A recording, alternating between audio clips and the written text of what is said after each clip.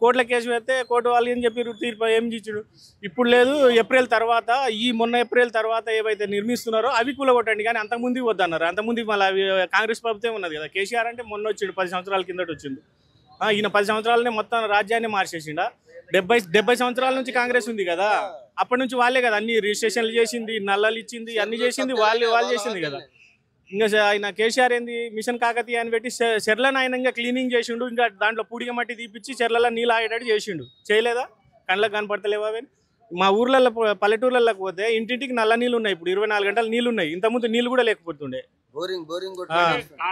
BRS కూడా ఒకప్పుడు ఇట్లా ఇచ్చిన పథకాలు కూడా సరిగా అమలు చేయలేదని చెప్పి గద్దెదించే ప్రయత్నాలు జరిగాయి. ఇప్పుడు ఏందనంటే మార్పు కావాలని కోరుకున్నారన్న పబ్లిక్. అయితే మాకు చిన్నప్పటి సందైనా మా అమ్మ నాన్న వాళ్ళు కూడా కాంగ్రెస్ పార్టీ అంటే అభిమానం, మాకు కూడా అభిమానమే. కానీ ఏమైందనంటే అది మార్పు రావాలి అని, ఆయన మాకు చిన్న ఏజ్లో ఉన్నాడు కదా, చేస్తాడు కదా, అది ఇది అని అనుకున్నారు. కానీ మార్పు ఏం లేదాడ. మార్పు ఏముంది అని అంటే ఇక ఈ మూటల మోసులు ఇవి కూలగొట్టుడు ఇవే మార్పు ఉంది, అంతకు మించి ఏం లేదాడ. సంచులు వెనకేసుకుంటున్నారు అంతే. మరి ఇంకేముంది? మరి ఇప్పుడు ఆయన 10 సంవత్సరాలు ఉండి 4 లక్షల కోట్లు అప్పు చేసిండని అన్నారు. మరి ఈయన సంవత్సరానికి 1,40,000 కోట్లు అంటే రాత్రి నేను న్యూస్లో విన్నాను. నేను 1,40,000 సంవత్సరానికి 1,40,000 అంటే ఇంకా మిగతా 4 సంవత్సరాలకి ఎంత అవుతుంది?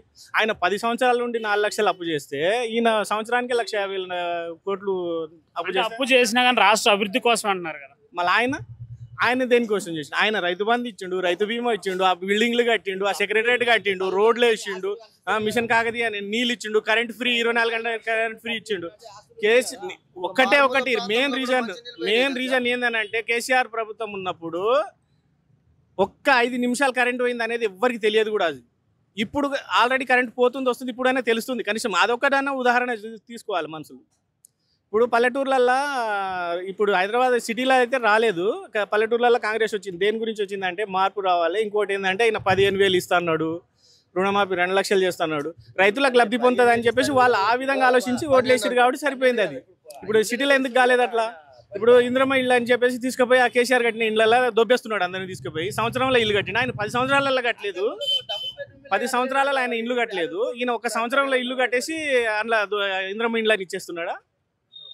రోడ్ల మీద పబ్లిక్ ఏడ్స్ చేస్తున్నారు అన్న. ఇప్పుడు మీరని కాదు, ఎవరని అడిగినా ఎవరిని పోయి మీరు ఇట్లా ఏం మైకులు తీసుకోకుండా ఏం తీసుకోకుండా డైరెక్ట్ పోయి అడగండి, ఏడవైనా అదే తిట్టుకుంటున్నారు. అసలు నోటికి వచ్చిన బూతు మాటలు తిప్పించుకుంటున్నారు. ఆయన మా నియోజకవర్గం ఆయనది. కాకపోతే ఆయన చిన్న ఏజ్లో ఆయనకు పదవి వచ్చింది కాబట్టి మంచిగా నిర్వహించుకుంటే బాగుంటుంది. కానీ ఇక హామీలు ఇచ్చేసి అన్ని పని చేస్తే అంత